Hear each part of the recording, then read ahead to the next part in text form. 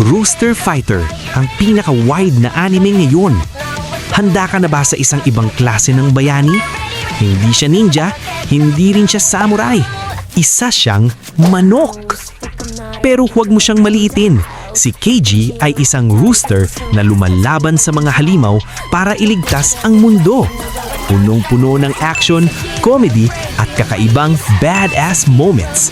Ito ang anime na hindi mo inaasahan pero siguradong maa-addict ka. Bakit dapat mo itong panoorin? Unique at kakaibang story. Over-the-top action scenes. Nakakatawa pero may puso. Isang underdog hero na literal na manok. Kung sawa ka na sa typical anime protagonists, ito na ang hinahanap mong bagong obsession. Don't miss out. Abangan ang Rooster Fighter at samahan si Keiji sa kanyang epic na laban kontra kasamaan. Pwede mo na itong mapanood sa Bilibili. I-click lang ang link sa comment section o bisitahin ang kanilang website.